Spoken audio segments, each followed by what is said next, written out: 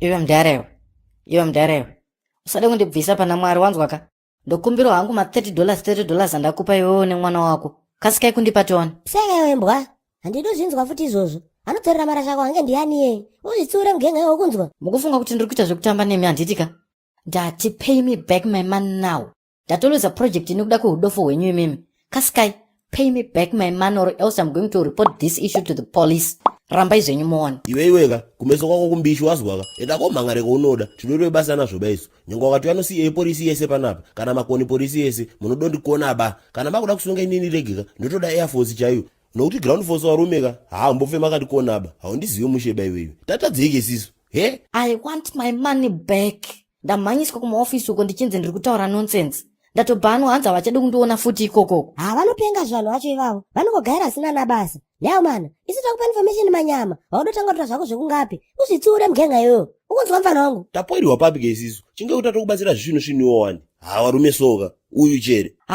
Chamandudza chine musoro ndechipi naisekuru. Oh my Australian God. Ndava ndapera simba ini. My $60 just like that.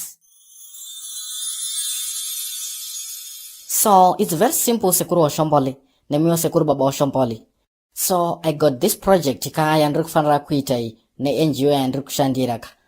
Ichabhadhara mari kakatonaka. So inini semazira munongonditaka kuti ndakakurira kwedu ku Melbourne ku Australia uko. Saka zvemuno muZimbabwe zvakaizvi. Zvinji zvacho ka. I'm not that much versed with it. Imimi rasta imimika, gara matidhapa nyaya yenyu maziya. Izvo kuti pachigwanyika patani senda. Hamega musikone dhariana ikoko. Okay. So the thing here is ndineka project kandiri kuitaka.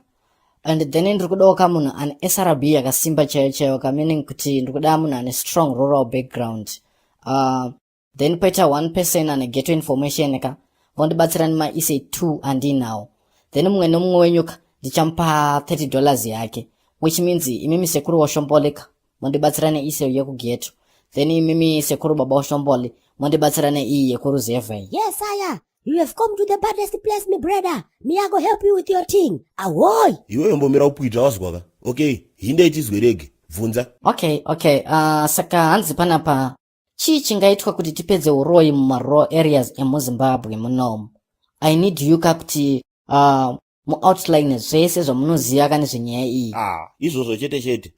Manduwe, tetekera ndikunyepei. Izvo zvinoitaka, wari vanosandisa vanhu fani. Vanojairira. Ini gore rakapera ipo ndaenda kumusha uko ndakadzika kumusha pai. Ndakatondaburuka pamasenda pai zvakanaka usiku. Kwakufamba ndichienda kuumba. Nyanungo kutanga ndakatopinda zvakanaka fani. Kwakunoti pana njangiri ndakatopfura zvakanaka fani. Ndinoti pana kawere manduwe. Ndakaona mukadzi angadibe kupfeka ba. Kwakuya achida kundifenya.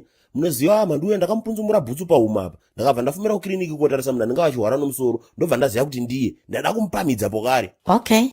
So your point is ndundora kuti wakaona muroyo usiku musha mupunzumuri anoreka bakani kuro yako. Imwe nzira ndofunga kuti yakanakisa fanika ndokuti wakaona muroyo aribe kusimira ba mugwididzire. Handi anenge ari uchikadzi aribe kupfeka ba mugwise pasi wobva watodini naye badabu nganyupuri anozvireka zviye.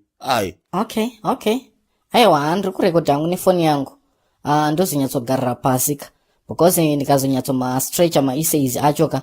Aiwa, I will be fine like that. Kowe pageto wacho uri kuti chiko nerege mani. Tibvunzei, timakupakurirai uchenjeri. Nao mana? Okay, they said in urban areas there is a problem of robberies. And vanhu vari kupondwa zvisingaite kuma high density areas kwenyu kunoko.